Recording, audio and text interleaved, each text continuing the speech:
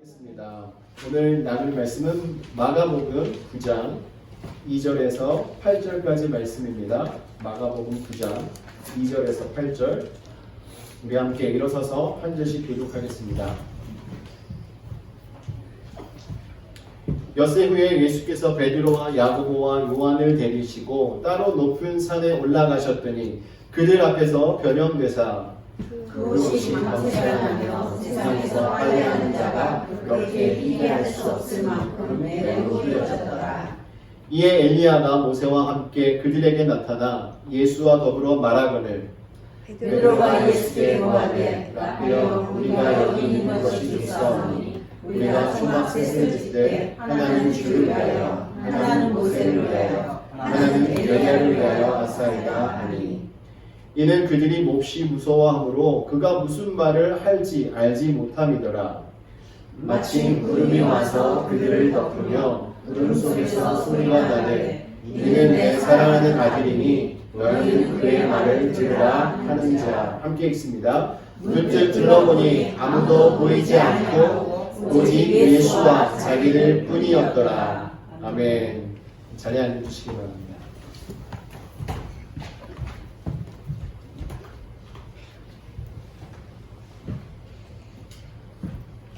네, 오늘 말씀의 제목은 변화산의 교훈입니다. 이 변화산 사건은 너무나도 유명한 사건이라 여러분들께서도 어떤 내용인지 짐작을 하실 거예요. 이 사건은 예수님께서 제자들에게 가이사랴 빌립보에서 나를 누구라 하느냐라는 질문을 하신 이후에 그리고 엿새가 지나서 일어난 사건입니다. 근데 어떤 성경은 8일 만에 이 사건이 일어났음을 기록하고 있는데요. 각자 기록한 때 본 뷰가 다르기 때문에 그래요. 가이사랴 빌립보에서 고백한 그날부터 계산을 했을 때는 8일인데요. 그날을 제외하고 나서 움직였던 날을 이야기하면 6일이 된다고 합니다. 예수님께서는 큰 일을 하실 때마다 항상 질문을 하시는 것을 볼 수 있어요. 기적을 일으키실 때도 질문을 하셨습니다. 그리고 오늘 말씀 속에서도 예수님께서는 질문을 하고 계세요. 지난주에 가이사랴 빌립보에서 제자들에게 너희는 나를 누구라 하느냐, 그리고 그 이전에는 세상 사람들이 나를 누구라 하느냐 이렇게 질문을 하십니다. 여러분, 주님께서 여러분들에게 오셔서 질문을 하신다면 과연 어떤 질문을 하실 것 같습니까? 혹시 베드로에게 하셨던 것처럼 내가 나를 사랑하느냐라는 이런 질문을 하실 것 같지 않으신가요? 여러분, 주님께서 질문하실 때 대답하실 것을 여러분들이 항상 간직하고 계셔야 돼요. 예수님께서는 이제 앞으로의 사역을 준비하면서 제자들에게 힘을 주시기를 원했습니다. 그래서 예수님이 가이사랴 빌립보에서 너희는 나를 누구라 하느냐 물으신 이후에 그 다음에 예수님을 따라가는 자들은 어떤 모습으로 살아가야 하는지를 말씀하시는데요. 마태복음 16장 24절에서 누구든지 나를 따라오려거든 자기를 부인하고 자기 십자가를 지고 나를 따를 것이니라 라고 말씀합니다. 이렇게 예수님을 따르는 것이 결코 쉬운 일이 아니기 때문에 고난의 길이지만 그 길을 함께 따라가는 것이 제자의 삶임을 가르쳐 주는 거예요. 그러면서 예수님께서는 너희들이 가는 길이 결코 쉬운 길이 아니니까 지금 각오를 단단히 해야 한다. 마음을 단단히 먹어야 한다. 라고 미리 가르쳐 주신 거예요. 그리고 난 이후에 오늘 본문 말씀 속에 나와 있는 사건이 이루어지게 됩니다. 제자들 중에 3명의 제자를 데리시고 이제 산으로 올라가셨어요. 이 예수님의 변형 사건, 이 변화산의 사건은요, 성육신과 십자가의 순환과 부활과 승천, 그리고 이 변화산 사건을 예수님의 생애의 5대 사건이라고 말을 합니다. 그만큼 아주 중요한 사건이라는 것이죠. 이 사건은요, 예수님의 십자가의 순환을 예고하고 또 예수님의 죽으심과 부활하심과 승천하심, 이 모든 것을 다 포함해서 제자들에게 알려주고 있는 사건인 거예요.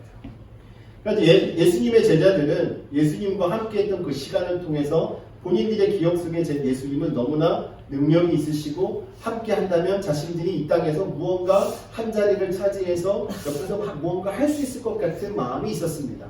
고난이라는 것은 전혀 생각하고 있지도 않았어요.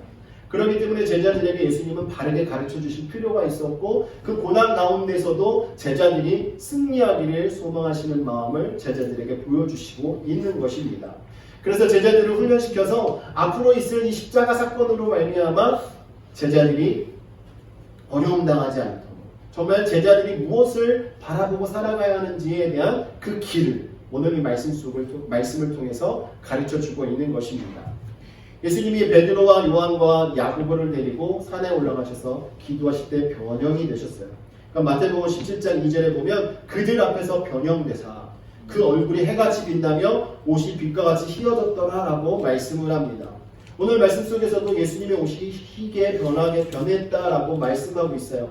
얼마나 하얗게 변했으면 아무리 빨아도 그것처럼 하얘질 수 없을 만큼 하얗게 변하게 되었다라고 말씀을 하고 있습니다. 여러분 그런 그 와중에 모세와 엘리야가 나타나죠.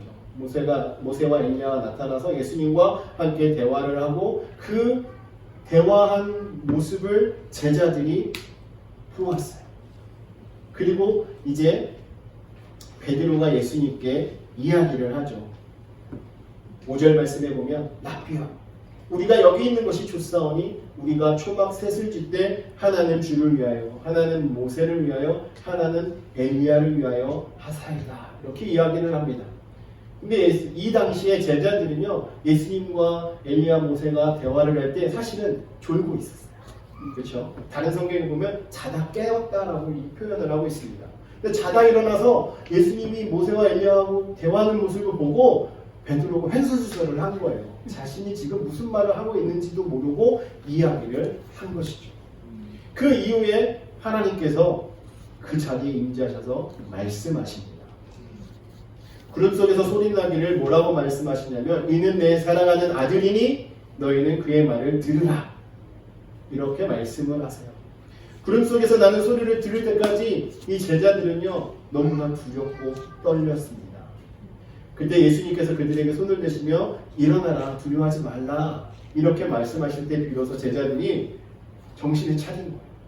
정신을 차리고 보니까 모세와 엘리야는 간 곳이 없고 예수님과 제자들만 남게 되었습니다. 이 사건을 통해서 오늘 저희들에게 주시는 교훈이 있어요. 예수님께서 제자들을 향한 그 마음과 또 하나님께서 제자들을 향해서 주시는 그 은혜가 오늘 말씀 속에 있습니다. 이 은혜가 제자들뿐만 아니라 오늘을 살아가고 있는 저희들에게도 동일하게 부어주고 계시는 은혜예요. 그 은혜를 오늘 저희들이 함께 나누면서 깨닫고 정말 그 은혜 가운데 살아가기를 주님의 이름으로 축원합니다. 첫 번째는 예수님께서 변형되셨습니다. 이 예수님께서 변형된 이 사건은요 너무나도 중요한 거예요. 이 사건을 통해서 예수님께서 장차 일어날 일들에 대한 예시를 제자들에게 하고 있는 것입니다. 조금 전에도 말씀드렸지만 예수님의 그 모습이 너무나도 희게 변했어요. 2절 3절 말씀에 보면 그들 앞에서 변형되사 그 옷이 광채가 나며 세상에서 빨래하는 자가 그렇게 희게 할 수 없을 만큼 매우 휘어졌더라라고 말합니다. 이 산에 오르셔서 예수님이 기도하실 때 모습이 이렇게 변하게 되었는데요. 이 옷이 하얗게 변했다라는 이 표현은 성경에 찾아보면요. 천상의 존재들을 표현할 때 흰 옷을 입은이라고 이야기를 합니다. 마가복음 16장 5절에 보면 흰 옷을 입은 한 청년이라는 표현이 나오는데 바로 천사를 이야기하고 있는 것이죠. 그러니까 예수님의 지금 이 모습은 천상에 있는 존재들과 같은 모습으로 현재 변화되어 계심을 말하고 있는 거예요. 그래서 마태는 이 장면을 조금 더 자세하게 이야기하는데요. 17장 2절 말씀에 그 얼굴이 해같이 빛나며 옷이 빛과 같이 휘어졌더라. 옷이 하얗게 된 것은 지금 오늘 본문 말씀인 마가복음에도 나와 있습니다. 하지만 얼굴에 광채가 난다는 것은요 마태복음에만 표현되어 있어요. 그러니까 예수님의 모습이 해같이 빛나고 또 옷이 하얗게 됨으로써 아마 눈을 뜨고 보기에 정말 너무나도 눈부신 이러한 모습으로 예수님이 지금 변화되어 계신 것을 말씀하고 있는 것입니다. 이 설명을 우리가 이해하려면요 묵시문학의 표현을 우리가 좀 주목해서 보아야 됩니다. 다니엘 12장 3절 말씀에 보면 이렇게 이야기하고 있는데요. 지혜 있는 자가 궁창의 빛과 같이 빛날 것이요 많은 사람을 옳은 대로 돌아오게 하는 자는 별과 같이 영원토록 빛나리라 이 말씀은 의인들이 장차 저 천국에 가면 그 얼굴에서 빛이 날 것이다 라고 말하고 있는 거예요. 다시 말씀드리면 천국에서 있는, 천상에 있는 존재의 모습은 얼굴이 해와 같이 빛난다라는 거죠. 다시 말씀드리면 오늘 말씀 속에서 변형되신 예수님의 모습은 천상에서 있는 사람들의 모습과 똑같다라는 것을 말씀하고 있는 거예요. 결국 예수님께서 이렇게 변형된 모습을 이 세 제자에게 보여주시는 이유는 장차 너희들이 천국에 가면 경험하게 될 그 모습을 보여주는 것입니다. 미리 천국을 맛보게 해주신다는 것이죠. 저희가 여기서 한 가지 주목해야 할 것이 있는데요. 오늘 본문 말씀 앞에 1절 말씀의 내용을 보면 이렇게 말해요. 또 그들이 이르시되 내가 진실로 너에게 이르노니 여기 서 있는 사람 중에는 죽기 전에 하나님의 나라가 권능으로 임하는 것을 볼 자들도 있느니라. 이렇게 말씀하고 있어요. 예수님께서 낙심 중이었던 제자들에게 이 땅에서 장차 임하게 될 하나님의 나라를 미리 보게 될 사람들이 있을 것이다 라고 말씀하고 있는 것입니다. 여기 하나님의 나라가 권능으로 임하는 것, 이것을요 많은 사람들이 다른 관점으로 이야기를 합니다. 어떤 사람들은 이 제자들이 이 변화산에서 변형된 예수님의 모습을 본 것을 이야기하는 것이다, 이야기하는 분도 계시고요. 또 부활로 말미암아 승리한 예수님의 승리를 말하는 것이다. 또 오순절날 성령이 강림한 것을 이야기하는 것이다. 아니면 또 예루살렘이 멸망당하는 것을 보는 것, 그것을 말하는 것이다. 또 주님의 재림을 말하는 것이다. 이런 여러 가지 의견을 말하고 있습니다. 과연 예수님의 말씀하신 장차 하나님의 나라가 권능으로 임하는 것을 볼 자들도 여기 있다고 했는데 과연 그날은 어떤 날이겠습니까? 그날은 우리가 이 말씀의 내용을 자세히 들여다보면 이렇게 추측해 볼 수 있어요. 예수님께서 부활하시고 그 이후에 오순절에 성령의 강림으로 말미암아 능력을 받은 제자들과 사람들이 역동적으로 복음을 전함으로써 확장되는 하나님의 나라, 그것을 말한다고 볼 수 있습니다. 그러니까 예수님께서 이 변화산에서 변형되심으로 말미암아 이 제자들에게 천국의 예수님의 모습을, 그러니까 천국에서의 모습을 예수님께서 미리 보여주시고요. 그리고 예수님께서 낙심하게 될 이 제자들에게 용기를 불어 넣어주고 계시는 것입니다. 지금의 고난이 끝이 아니다라는 거예요. 장차 너희들이 갈 그 본향, 그 천국에서의 모습, 지금 내가 보여주고 있는 이 모습이 너희들이 맛보게 될 모습이다라는 것이죠. 그리고 앞으로 너희들에게 주어진 그 사명을 감당할 때 일어나는 그 하나님의 나라가 확산되는 그 모습을 너희들이 볼 때 기쁨으로 그 일을 감당할 수 있을 것이다 라고 주님께서는 말씀하고 있는 겁니다. 저희들도 마찬가지입니다. 저희들이 신앙생활하면서 저희가 믿음의 선한 싸움을 하면서 지금 신앙의 여정을 걸어가고 있잖아요. 이것이 저희들에게 날마다 평탄한 길만 될 수는 없습니다. 때로는 저희들에게 고난의 길이 될 수도 있고 누군가의 도움을 받아야만 일어설 수 있는 길이 될 수도 있는 거예요. 그런 저희들에게 주님께서 오늘 하시는 말씀은 뭐냐면 천국의 영광을 바라보라는 겁니다. 변형되신 주님의 모습을 보면서 이 고난의 길을 저희가 지나가고 우리가 승리하게 되면 장차 주님께서 약속하신 그 본향에서 해와 같이 빛나는 모습으로 흰 옷을 입고 하나님 앞에 서서 영광스러운 시간을 보내게 될 거라는 것입니다. 그러므로 사랑하는 성도 여러분, 이 땅에 미련을 두지 마십시오. 여러분이 당하는 고난 때문에 낙심하거나 주저앉지 마십시오. 주님께서 저희들에게 약속하신 그 본향을 바라보면서 장차 여러분들도 흰옷을 입고 광채나는 모습으로 주님 앞에 서 있을 그날을 고대하며 살아가기를 주님의 이름으로 축원합니다. 저희들이 신앙생활할 때 고되고 힘든 상황들이 자주 생긴다면요, 여러분 그것으로 인해서 기뻐해야 합니다. 왜냐하면 저희가 신앙생활을 잘하고 있기 때문에 악한 사단은 저희들을 넘어뜨리려고 계속 공격을 하고 있는 거예요. 만약에 저희가 신앙생활을 잘하지 않고 하나님을 떠나서 살아가면요, 사탄도 저희를 건들지 않습니다. 어차피 그냥 놔둬도 죄의 길을 걸어가고 있는데 왜 고난을 주겠습니까? 그냥 이 땅 가운데서 그냥 잘 먹고 잘 살다가 마지막에 사탄이 그래 나와 함께 가자 하면서 지옥으로 데려가는 거예요. 사랑하는 성도 여러분, 여러분들이 당하는 그 고난은요, 장차 주님께서 약속하신 그 영광을 향하여 가는 그 여정입니다. 주님께서 제자들에게, 앞으로 남겨질 제자들에게 걱정하지 말아라. 너희들이 당하는 고난, 어려움, 그것은 장차 하늘나라에서 너희들이 경험하게 될, 너희들이 맛보게 될 그 영광과는 비교할 수 없는 것이다 라고 오늘 말씀을 통해서 말씀하고 계시는 겁니다. 저희들에게도 주님이 그렇게 말씀하고 계세요. 주님이 저희들의 이름을 부르면서 사랑하는 내 딸아, 사랑하는 내 아들아, 장차 내가 너와 함께하면서 너희들이 경험하게 될 그 천국의 이 모습을 바라보면서 지금 경험하고 있는 너희들의 삶의 모든 여정을 힘차게 승리하며 나와 함께 가지 않겠니? 이렇게 말씀하고 계실 것입니다. 사랑하는 성도 여러분, 이 사실을 믿고 우리가 주님만을 의지하고 주의 말씀의 능력을 힘입어서 신앙의 여정을 함께 걸어가기를 주님의 이름으로 축원합니다. 네, 두 번째로 오늘 본문 말씀 속에서는요, 예수님께서 모세와 엘리야를 만나셨습니다. 4절 말씀에 이에 엘리야가 모세와 함께 그들에게 나타나 예수와 더불어 말하고는 이렇게 기록하고 있어요. 세 제자 앞에 예수님과 모세와 엘리야가 앉아서 대화를 하고 있어요. 여러분 성지순례를 가시면 이 변형을 기념하는 교회가 있어요. 그 교회에 들어가셔서 천장을 보시면 천장에 예수님이 다 앉아 계시고요. 양옆에 모세와 엘리야가 이렇게 앉아서 대화하고 있는 모습이 성화로 그려져 있습니다. 저희가 이 교회가 세워진 곳은 다볼산이라는 곳이에요. 근데 혹자는 이 다볼산이 아니라 팔몬산에서 예수님이 변형되셨을 것이다 라고도 이야기를 합니다. 근데 지금 많은 분들은 다볼산이 더 확실하다라고 이야기를 하고요. 그래서 예전에 그 자리에다가 기념교회를 세우고 했던 거예요.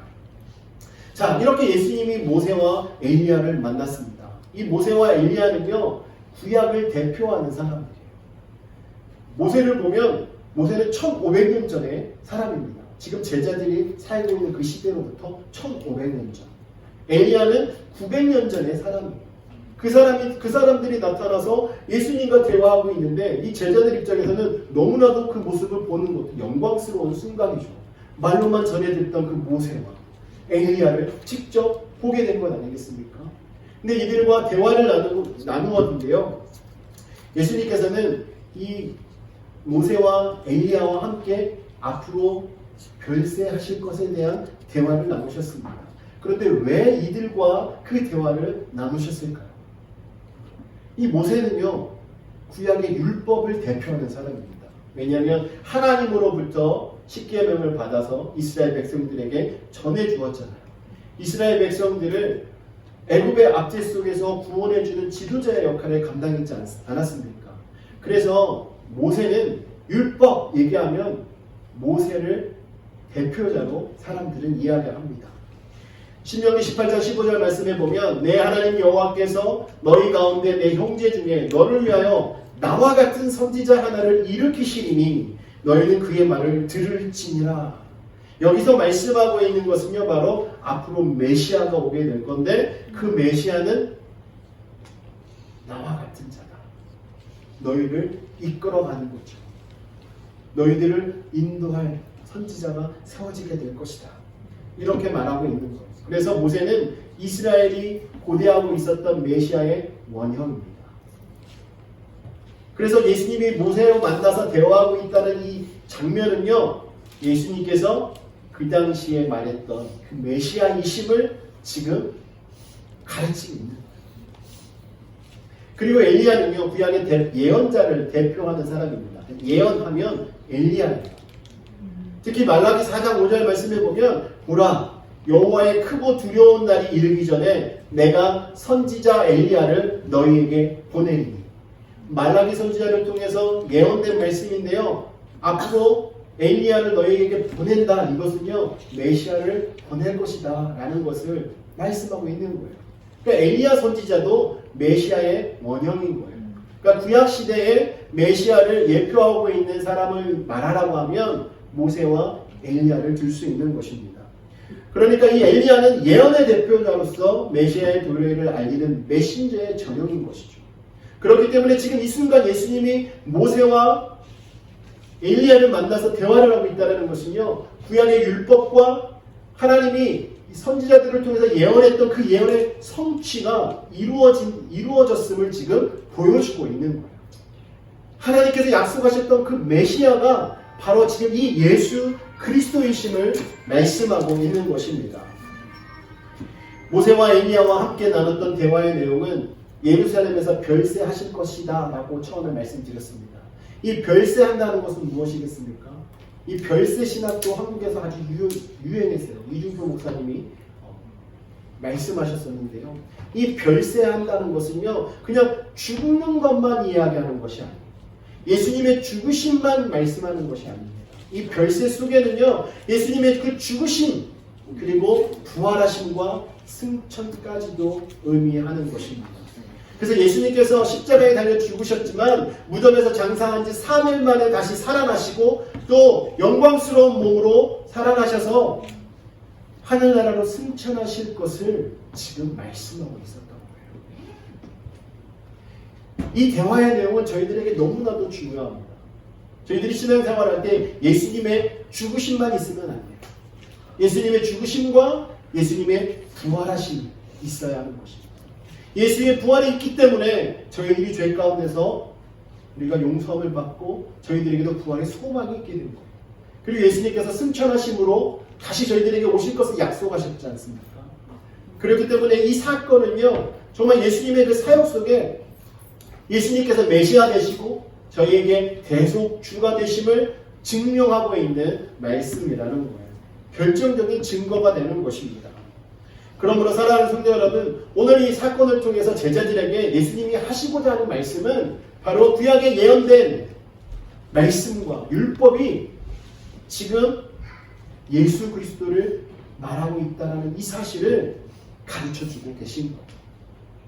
그러니까 예수님께서 이 땅에 오셔서 지금까지 하셨던 모든 일과 또 앞으로 하실 그 일들은 예언된 말씀대로 하나님이 약속하신 그 말씀대로 진행되고 있고 성취될 것이다라는 것을 제자들에게 가르쳐주고 있는 것입니다. 사람들이 일을 할 때 즉흥적으로 무언가를 하고 이루는 것처럼 예수님의 일이 그렇게 되어진다는 것이 아닙니다. 예수님께서 하시는 일은 하나님께서 철저하게 예언하셨고 계획하셨고 섭리하셨고 인도하심 속에서 이루어지고 있음을 말씀하고 있는 거예요. 그래서 저희들은요, 하나님의 말씀을 가까이 해야 합니다. 하나님의 말씀을 읽고 묵상하는 자가 되어야 합니다. 그래야 하나님께서 어떤 마음으로 지금 저희들을 인도하고 계시고 저희들에게 이 말씀을 왜 하고 계시고 이 말씀을 통해서 하나님이 저희들에게 어떤 은혜를 주기를 원하는지를 깨닫고 살아갈 수 있게 되는 거예요. 하나님의 말씀을 떠나면 우리는 하나님과 전혀 상관없는 삶을 살아가는 자가 되는 겁니다. 하나님의 말씀을 가까이 할 때 예수 그리스도를 우리가 구주로 영접하고 믿음으로 살아갈 수 있게 되는 것이고요. 하나님의 말씀을 가까이 하고 살아갈 때 저희의 삶의 모습을 말씀에 비추어서 죄를 발견하고 하나님 앞에 회개하며 하나님의 말씀이 인도하시는 대로 살아갈 수 있게 되는 것입니다. 만약에 말씀을 멀리하게 된다면 우리는 그냥 죄 속에서 세상 속에서 그냥 살아가는 한 사람의 불과할 뿐입니다. 예수님께서는 오늘 이 말씀을 통해서 모세와 엘리야를 통하여 제자들에게 확신을 주시는, 예수님께서 메시아이심을 확신을 주시고 계시는 이 모습을 보시면서 저희들도 주님의 말씀 안에 확신을 가지고 살아가기를 원합니다. 이 하나님은요, 이전에도 역사하셨고 지금도 역사하고 계시고 이후에도 역사하시는 분임을 믿으시길 바랍니다. 우리가 이 사실을 믿고 나아갈 때 우리는 힘차게 기쁨으로 이 길을 걸어갈 수 있는 거예요. 주님께서 메시아 되심을 우리가 믿고 살아갈 수 있게 되는 것입니다. 마지막으로 오늘 말씀은요, 저희들에게 하나님의 임재를 보여주고 계세요. 하나님의 임재. 제자들이 두려워 떨고 있을 때 하늘에서 음성이 들렸습니다. 여러분, 7절에 보면 마침 구름이 와서 그들을 덮으며 라고 이야기해요. 그러니까 성경에서 보면 이 구름이 나타날 때는요, 하나님의 임재를 얘기합니다. 그래서 이스라엘 백성들을 광야 생활할 때 광야에서 인도할 때 구름 기둥으로 인도하시기도 했고 모세를 대면하실 때도 구름이 덮이고 그 상황 속에서 만나셨던 것을 우리는 볼 수가 있습니다. 7절 그 하반절 말씀에 보면 마침 구름이 와서 그들을 덮으며 구름 속에서 소리가 나게 하나님께서 말씀하셨습니다. 어떤 말씀하셨느냐? 내 사랑하는 아들이니 지금 너희가 모시고 있는 이 예수, 너희와 함께하고 있는 예수는 내 사랑하는 아들이다. 그리고 너희는 그의 말을 들으라. 이렇게 말씀하고 있어요. 이 두 가지의 말씀을 하셨는데요. 이는 내 사랑하는 아들이니 라고 말씀하고 있는 것은요, 앞으로 유대인들로부터 또 너희들이 버리게 될 이 사람, 로마인들에 의해서 십자가에 달리게 될 지금 이 사람은 내 사랑하는 아들이다 라고 확증시켜 주십니다. 예수님께서 어떤 일을 당하시던지 간에 예수님은 하나님의 아들이시라는 겁니다. 예수님이 십자가에 달리셨다고 해서 예수님이 하나님의 아들이 안 되는 게 아니에요. 예수님께서 십자가에 달리셔도, 예수님께서 죽으셨어도 예수님께서 하나님의 아들이시라는 것을 오늘 말씀은 가르쳐주고 있는 것입니다. 그러니까 제자들에게 지금 이 예수가 내 사랑하는 아들이니까 너희는 예수만 바라보고 있어야 된다. 예수를 따라가야 한다. 예수와 함께 해야 한다. 그 말씀을 하고 있는 거예요. 저희들이 신앙생활 할 때는 어떻습니까? 여러분들 예수님만 바라보고 계십니까? 예수님이 하나님의 아들이심을 믿으면서 살아가고 계시는데 여러분 그 예수님과 함께 동행하며 살아가기를 여러분 힘쓰고 계십니까? 우리의 신앙생활의 초점은 예수 그리스도가 되어요. 우리 신앙생활의 초점은 예수 그리스도입니다. 그런데 많은 분들이 교회 안에서 계실 때 이렇게 보면 예수 그리스도에게 초점을 맞춰서 포커스해서 신앙생활하는 것이 아니라 오히려 내가 하고 싶은 대로, 내 만족대로, 내가 원하는 대로 신앙생활하기를 원하시는 분들이 너무나 많이 있습니다. 여러분 우리가 신앙생활할 때 우리의 초점은 예수 그리스도 오직 한 분, 그분밖에 계시죠. 오늘 말씀 속에서 내 사랑하는 아들 예수라고 말씀하고 계시는데요. 그 예수님만 우리가 바라보아야 하는 것입니다. 그래야 우리가 영원한 진리를 얻게 되고 영원한 안식을 얻는 성도가 되는 거예요. 하나님께서는 그것을 저희들에게 가르쳐 주시기 위해서 오늘 변화산 사건에서 제자들에게 음성으로 이는 내 사랑하는 아들이다라고 가르쳐주고 계시는 겁니다. 그리고 나서 하나님께서는 너희는 그의 말을 들으리라고 말해요. 예수님이 뭐라고 말을 하든지 간에 순종하라는 것이죠. 말을 듣고 이건 내가 할 수 있으니까 순종하고 이거는 내가 할 수 없으니까 순종하다. 이거는 내가 원하는 거니까 순종하고 이것은 내가 원하는 게 아니니까 순종하지 않고 그렇게 하라는 것이 아닙니다. 예수님께서 하신 모든 말씀을 그대로 듣고 이해가 되지 않더라도 예수님이 말씀하셨으면 거기에 순종하고 따라가라는 것입니다. 믿음으로 따라가라는 거예요. 하나님께서 저희들에게 주신 명령입니다. 예수님의 말씀에 순종하고 살아가라. 도저히 우리가 들을 수 없는, 따라갈 수 없는 말씀이라 할지라도 예수님께서 하시는 말씀이라면 우리는 순종하고 가야 한다는 것이죠. 이렇게 하나님의 거룩한 임재를 맞이하면서 하나님의 음성을 듣는 제자의 입장을 여러분 생각해 보십시오. 여러분들 하나님의 임재를 경험해 보셨습니까? 하나님의 임재가 무엇입니까? 임재는요, 하나님이 우리와 함께 하는 거예요. 하나님의 임재는 우리가 하나님의 얼굴을 대하는 것입니다. 하나님의 임재를 경험하면서 살아가는 성도는요, 하나님께서 말씀하시는 것처럼 예수 그리스도와 함께하고 예수 그리스도를 구주로 영접하고 그 예수님의 말씀에 귀 기울이며 순종하며 살아가는 자, 그 자가 바로 하나님의 임재를 경험한 자라는 거예요. 성도가 하나님의 임재를 경험하지 못하면요, 이 세상 속에서 하나님의 사람으로 살아가기가 너무나 힘들어요. 우리는 날마다 하나님의 임재를 구해야 합니다. 하나님의 임재를 경험한 자들마다 새로운 삶을 살아갔어요. 다메섹에서 예수님을 만난 사도 바울을 보십시오. 그가 예수를 만난 이후에 하나님의 임재를 경험한 이후에 그의 삶은요, 핍박하던 자에서 복음을 전하는 자로 변화되었습니다. 여러분, 모세도 평범했던 사람이었는데요, 하나님의 임재를 경험한 이후에 위대한 민족의 지도자가 되어서 하나님의 뜻을 수행하고 살아가는 자가 될 수 있었던 것입니다. 그래서 저와 여러분도 하나님의 임재를 경험하는 성도가 되기를 원해요. 하나님의 임재를 경험할 때 비로소 하나님의 말씀이 들리기 시작합니다. 오늘 말씀의 제자들도 하나님의 임재를 경험하니까 하나님의 음성을 듣잖아요. 하나님의 임재를 경험할 때 하나님의 음성을 들을 수 있습니다. 하나님의 음성을 들었을 때 여러분들 그 음성에 순종하십시오. 그러면 하나님이 인도하시는 대로 저희가 찬양했던 그 내용처럼 만사가 형통하는 인생이 되는 줄 믿으시기 바랍니다. 하나님의 임재 연습이라는 책이 있어요.